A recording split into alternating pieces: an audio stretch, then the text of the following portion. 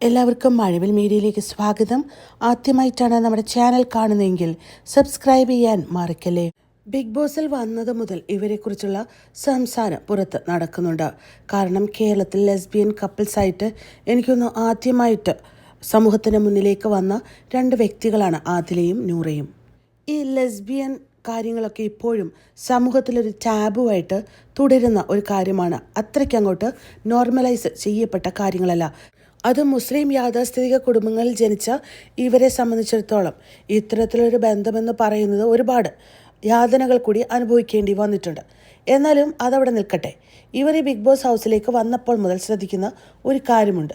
നൂറ പല കാര്യങ്ങളെയും വളരെ പോസിറ്റീവായിട്ടും അതേപോലെ ഒരു ഗെയിം സ്പിരിറ്റിലും കാണാൻ ശ്രമിക്കുമ്പോൾ ആദിലയ്ക്ക് അതിന് കഴിയുന്നില്ല എന്ന് പല സിറ്റുവേഷൻസിലും നമ്മൾ കാണാൻ സാധിക്കുന്നുണ്ട്. പുറത്തുള്ള ആദിലയല്ലല്ലോ ഇവിടെ ഫണ്ണായിട്ടും സംസാരിച്ചും കാര്യങ്ങളൊക്കെ പറഞ്ഞുമൊക്കെ മുന്നോട്ട് പോകുമെന്ന് നൂറ പറഞ്ഞപ്പോൾ അതിനെ പോസിറ്റീവായിട്ട് എടുക്കാൻ ആദിലയ്ക്ക് കഴിയുന്നില്ല.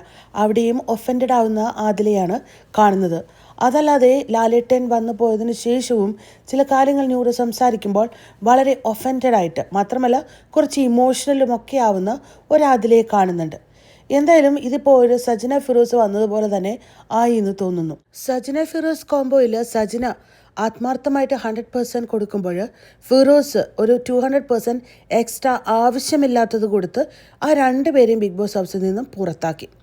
അതേപോലെ ഇവിടെ എന്താ സംഭവിക്കാൻ പോകുന്നതെന്ന് വെച്ച് കഴിഞ്ഞാൽ ആദില വളരെ കുറച്ച് പെർഫോമൻസ് കാഴ്ചവെച്ച് നൂറയുടെ ആ ഒരു എനർജി കൂടി ഇല്ലാതാക്കുന്നതായിട്ടാണ് കാണാൻ പറ്റുന്നത്. നൂറ 100% ആ ഒരു ഗെയിമിനെ എൻജോയ് ചെയ്യുന്നുണ്ട്, ഹാപ്പിയാണ്, ആ ഒരു മൊമെൻറ്റ് നന്നായിട്ട് യൂട്ടിലൈസ് ചെയ്യാൻ ശ്രമിക്കുന്നുണ്ട്.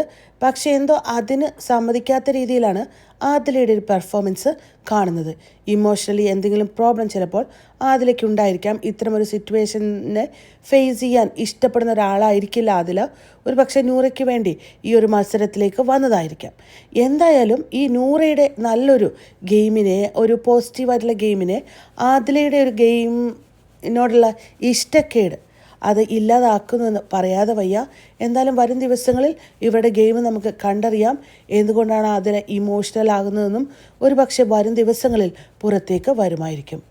എന്തായാലും ബിഗ് ബോസ് വാർത്തകൾക്കും വിശേഷങ്ങൾക്കുമായിട്ട് മഴവിൽ മീഡിയ സബ്സ്ക്രൈബ് ചെയ്തിട്ടില്ലാത്തവർ സബ്സ്ക്രൈബ് ചെയ്ത് സപ്പോർട്ട് ചെയ്യണേ.